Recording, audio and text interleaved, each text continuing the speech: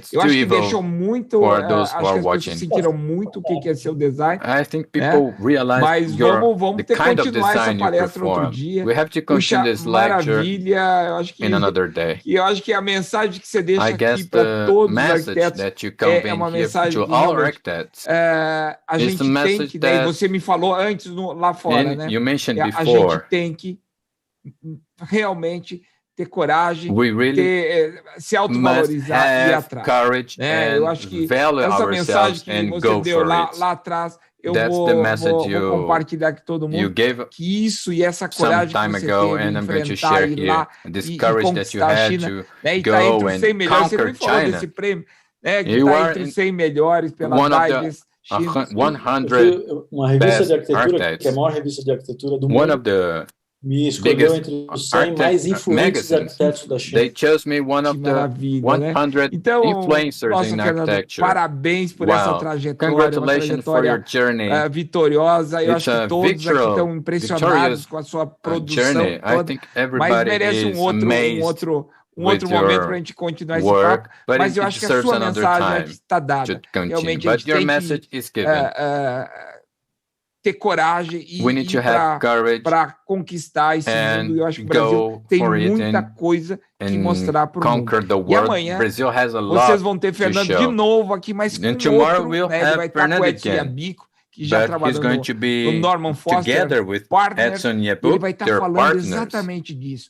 And De they're going to como talk fazer about realmente this. uma arquitetura que How vale a to pena, make uma an arquitetura architecture que tem a that ver is com a really nossa worth, história. that Vamos has to valorizar do with nossa our história. history. Amanhã Let's não value percam por our nada history. nesse mundo. Please don't Fernando miss Brandão, this aqui, presentation. 18h30. Fernando Brandão Fernando, at brigadão. Você 7:30 quer p.m. falar alguma coisa? Fernando, Se thank you very much. despedir Do you aí, want to say ou dar um até goodbye logo? or say Eu queria something? agradecer essa I would oportunidade like de to novo. thank for this opportunity again. E muito legal estar And it's really nice to nesse be congresso que sai in da this caixa. Congress. Que legal. That E makes você us faz think out parte of the disso, né, box. Fernando? And É you bom are part falar of que o this, Fernando Fernando. indicou vários amigos dele e eles And estão Fernando aqui. has Obrigado indicated por toda essa most of his colaboração. friends and E they're here. obrigado Thank sempre you por for esse your bom humor collaboration e and essa with your essa good mensagem que humor você and realmente this tem para dar message para todos nós. that you Muito convey to obrigado. Até all of amanhã, us. então, Fernando. See you tomorrow. Amanhã. Abraço. See you. Abraço. Bye bye.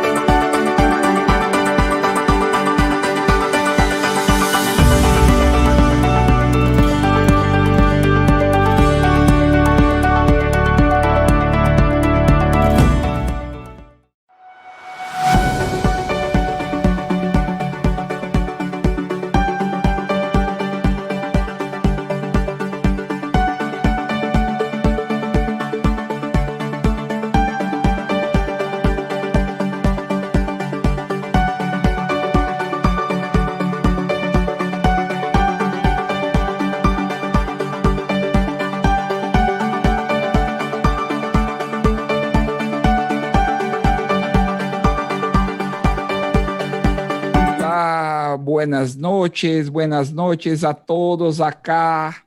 El segundo Congreso Brasileño de la Arquitectura de la Felicidad. Hoy con nuestro grande urbanista, arquitecto Gustavo Restrepo, que va a hablar de sus nuevas obras y va a hablar también de su trabajo muy impresionante que fue hecho en Medellín.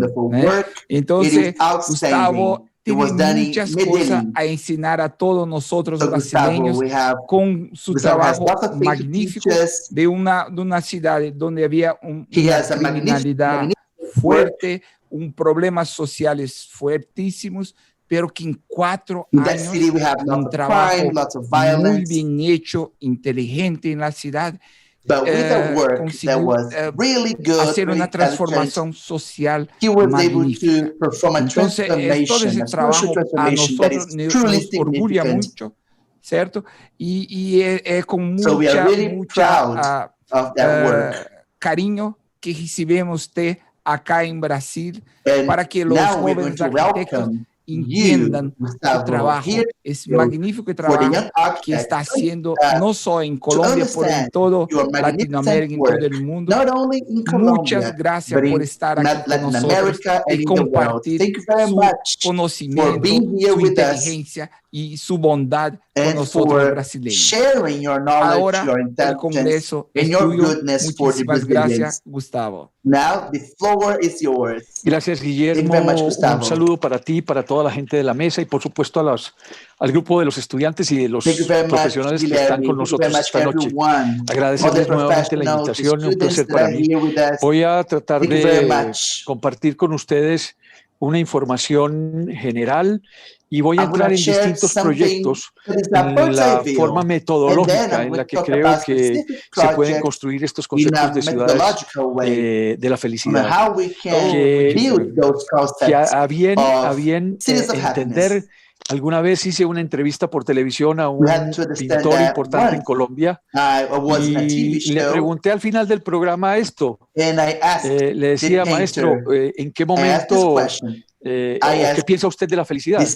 Le preguntaba por si en este momento él era feliz. Me dijo, Gustavo, la felicidad no existe. Es una respuesta crítica dura porque realmente somos muy pocos conscientes de la construcción de felicidad, que es la clave. La felicidad como tal es un estado que puede no existir, pero a través del camino se va construyendo. Y creo que es allí donde precisamente viene la reflexión de lo que venimos haciendo en estas distintas experiencias que les quiero mostrar, porque lo que buscamos es escuchar a los ciudadanos para que esas ciudades se puedan construir en ejemplo a lo que ellos sueñan y esos sueños posiblemente sean su felicidad. Así que eso es lo que vengo a compartir, Guillermo. Yo vi la alegría de la gente utilizando los espacios. Eso no tiene precio. Entonces la gente, la felicidad, como era y como es hoy. Yo estuve 2 veces en Medellín. Hasta hoy la gente habla muy bien de todos los proyectos que fueron hechos y hasta hoy Medellín ahora es una ciudad muy bella, la ciudad de la eterna primavera. Entonces, así es. Parece que conoces muy bien la historia y así nos conocen como la ciudad de la eterna primavera. Para nadie es un secreto que Medellín pasó por los años 70, 80, 90 en unas crisis muy complejas de seguridad, pero por supuesto, y creo más importante, crisis de valor. Pero creo que allí hubo una conciencia colectiva de poder entender lo que significaba la oportunidad de buscar la vida. Y ahí entonces construiríamos el concepto de felicidad también. Y es no solamente el indicador de calidad de vida desde la perspectiva de las necesidades básicas insatisfechas, sino por supuesto entender que la participación del ciudadano en el proceso de diseño de ciudad era fundamental. Y eso logró no solamente pacificar la ciudad, sino construir una visión de futuro de los paisas, como bien sabrás tú que nos dicen a la gente de Medellín. Y entonces en esa mirada y en esa construcción colectiva, creo que lo importante fue haber descubierto dos modelos de trabajo muy rápidos. Uno de ellos, los proyectos urbanos integrales, que permitimos desarrollar metodológicamente territorios realmente grandes de la ciudad, territorios de 7 kilómetros cuadrados, de 380.000 personas, de 32 a 60 y tantos barrios que podían estar conformando estos territorios. Pero creo que además de los PUI, también generar una segunda estrategia que fue los proyectos modélicos, que como tú bien dices, fueron las plazas, los colegios, los parques, bibliotecas, los sistemas de transporte, los jardines infantiles, los creches y muchas otras estrategias que tomamos a bien hacer. Pero lo que fue clave en todo el proceso fue participación ciudadana, voluntad política y planear para no improvisar. Así que me gustaría, Guillermo, compartir algunas de las imágenes que creo que pueden ilustrar bien el tema. Así que voy a empezar por ahí. Muchísimas gracias. Okay, Gustavo, thank you. A ustedes. Bueno, lo primero, entender que este territorio en el que estamos, por supuesto, plantea muchas variaciones y muchas diferencias, pero quiero resaltar que las problemáticas de las ciudades latinoamericanas no están necesariamente abocadas a la escala de la ciudad, porque hay ciudades pequeñas que tienen altos indicadores de violencia, y si no, hago la referencia de El Salvador, por ejemplo, o de Honduras, Tegucigalpa. Pero lo que quiero plantear con esto es que lo que debemos entender es que los componentes que hacen la felicidad de una ciudad son realmente muy similares para ciudadanos de escalas grandes o de escalas pequeñas, de ciudades grandes o ciudades pequeñas. Con esto lo que quiero plantear es que tengo por aquí una mariposa que me está dando vueltas. Perdónenme, la capturo. Listo. Con este concepto lo que quiero plantearles es lo siguiente. 3 megacities en Latinoamérica, de las 21 megacities del planeta, Buenos Aires, Sao Paulo y Ciudad de México, por supuesto ponen en discusión ese tema. Pero la verdad es que hay un concepto importante en esto. Las ciudades de menos de 5 millones de habitantes, que son el gran número de las ciudades en Latinoamérica, pues tienen que tener un reto hacia el futuro.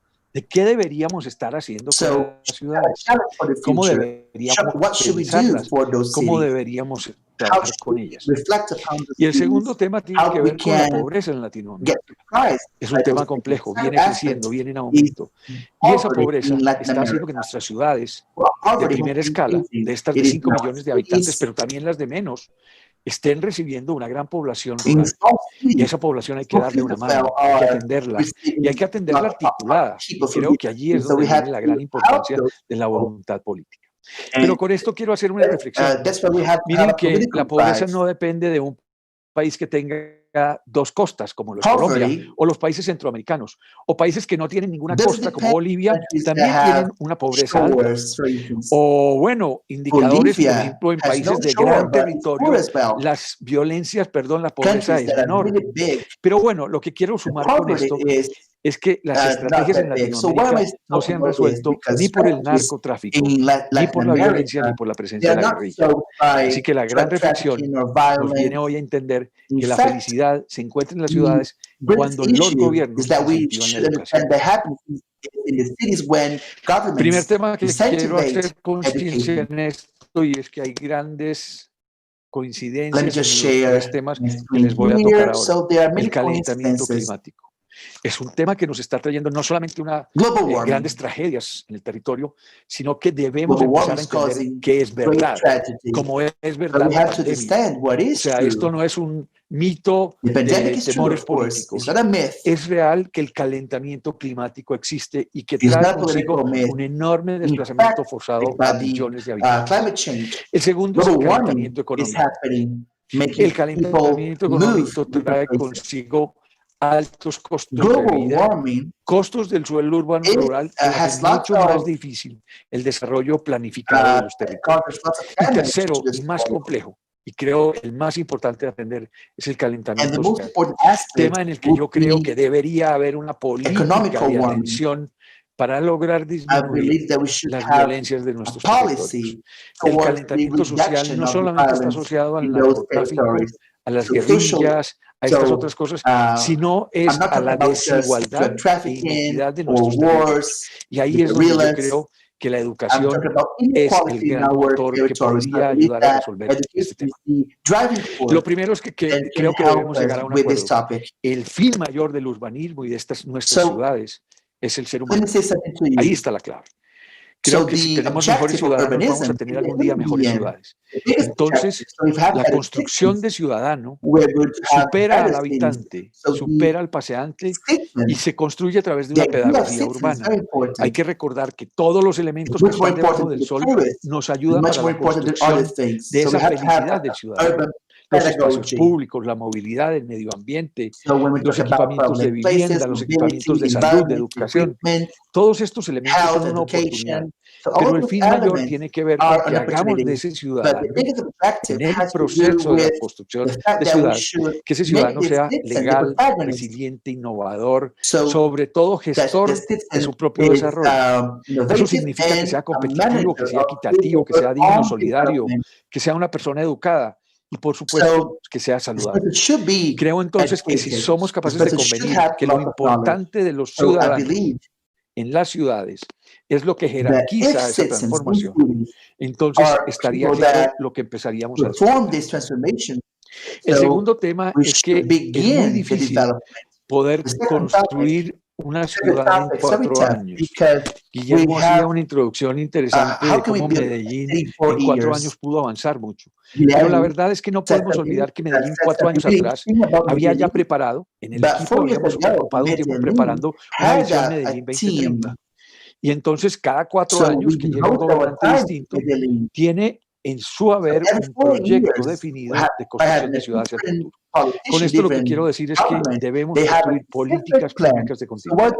Y eso es un tema de planificación urbana, y es un tema de plan de ordenamiento territorial y de plan normativo, pero sobre todo un plan de desarrollo local que nace de la construcción de preguntarle a los vecinos cómo se imaginan su barrio. Bien, lo que hacemos con esto son ciudades sostenibles, sustentables y felices. Con esto digo, si somos capaces de entender una tríada de elementos, el territorio con el medio ambiente, el ciudadano y la sociedad, la economía y el gobierno. Y desde allí poder hacer gestión política y pública para sacar normativas. Bien, el cómo hacerla es la gran discusión, y es lo que creo que a Medellín nos ha permitido encontrar un gran resultado. Hemos venido aplicando en otras regiones de Latinoamérica, ahora se los voy a mostrar. Pero es la participación ciudadana, y con esa participación ciudadana poder hacer diagnóstico en los territorios. El diagnóstico en los territorios es fundamental, porque no es el diseño de la ciudad desde el escritorio, sino caminando la ciudad y levantándola tridimensionalmente con información de Big Data, que nos permita tener información del medio ambiente, de la cultura y de la historia de esos territorios. Esto construido con los ciudadanos asegura entonces que haya una pertinencia y una pertenencia de los proyectos hacia las problemáticas. No deberíamos olvidar que en el 2016 en Quito, ONU Habitat 3, se discutió sobre los indicadores de ciudades prósperas. Creo, y es una recomendación desde la perspectiva de la planificación, que debemos estar planificando sobre indicadores. Bueno, ellos plantean estos 6 indicadores de gobernanza, planeación del diseño urbano, economía urbana, infraestructura y desarrollo, equidad y cohesión social y ecología urbana y medio ambiente. Lo interesante de este concepto es que ellos dicen que debe haber participación ciudadana, ciudades compactas y planear para no improvisar como 3 temas estructurantes para este tema. Sin embargo, no deberíamos olvidar que también estamos involucrados de aquí al 2030 con el tema de los ODS. Es un tema fundamental que miremos, que revisemos y que puedan ver en las imágenes siguientes sobre esto, cómo mejorar la calidad de vida de todos los ciudadanos a través de la revitalización urbana. De eso es de lo que estamos discutiendo, cómo hacer felices a los ciudadanos. Y esto tiene fundamentalmente 4 grandes términos que son el social, el ambiental, el económico y, por supuesto, toda la gestión política, que es la que permite que los ciudadanos participen en el proceso del diseño. Yo siempre insisto en que la parte más importante de este proceso está en la fase de diagnóstico. Y aquí está en cómo cuestionar, conversar, entender, preguntar, escuchar a los ciudadanos para que participen. De ese proceso de construcción, lo más importante en la participación ciudadana está en la construcción de confianza. Es en el punto de abajo. Porque escuchar, hablar, compartir ideas es claro que es necesario en el proceso. Diseñar era lo que siempre hacíamos, así que ahora tenemos a un ciudadano presente, no es el intendente o el alcalde, sino el vecino, que nos da las ideas, los técnicos las volvemos una matriz de proyecto y desde allá construimos los proyectos. La verdad es que lo importante en ese proceso es la construcción de confianza, que se ha perdido tanto en los últimos años a raíz de una política de promesas. Bien, este tema de pandemia creo que es importante revisarlo. Y creo que en estos tiempos de revolución, que no es volver a la normalidad como algunos están pensando, sino es construir una verdadera y fructífera normalidad. Porque la normalidad pasada nos dejó pobreza, desequidad, falta de capacidad instalada para que las personas pudieran capacitar, etc. Creo que la gran discusión está en la higienización del territorio. Y eso tiene que ver con aire más limpio, con agua más limpia, con tierra más limpia y con fuego más limpio. Bien, está claro que hoy hay una mirada que está desglobalizando. Con Max hablábamos hace un instante de lo que significa estar en esto, cada uno en un territorio, pero conectados por un sistema donde ya volar se nos volvió una opción que muchos no queremos tomar en algún momento. Pero lo que sí está claro es que el territorio urbano y rural se están encontrando a través de esa gestión de las smart cities. Es entender que todo lo que hace el ser humano hoy está siendo llevado en punto y en hora. Eso es importante cuando lo sumamos a la Big Data y al diagnóstico para diseñar. Con esto lo que digo es que podemos entender cada esquina del barrio. Fundo un segundo principio. Si es importante la participación, ahora es fundamental diseñar desde la célula más pequeña para arriba. Digo, comencemos desde el barrio, comencemos desde la esquina, comencemos desde la calle, para poder tener referencia y data del territorio y del lugar. Eso nos permitirá tomar decisiones que vamos mejorando por acupuntura esos territorios. Y desde allí nos vamos aumentando de escala, de lo micro a lo macro, y vamos mejorando las condiciones del territorio.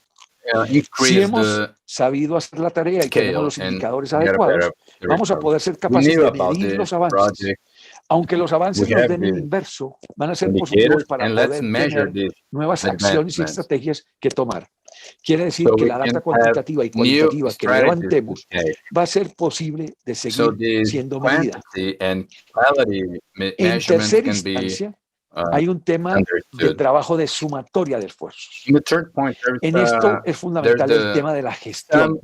Quiere decir que un municipio debe asociarse con la provincia y con la nación. Y por supuesto con la participación privada y con la academia para poder fundar en los ciudadanos esa estrategia de cultura ciudadana. Y creo que ahí llegamos al cuarto elemento fundamental. La participación ciudadana es válida.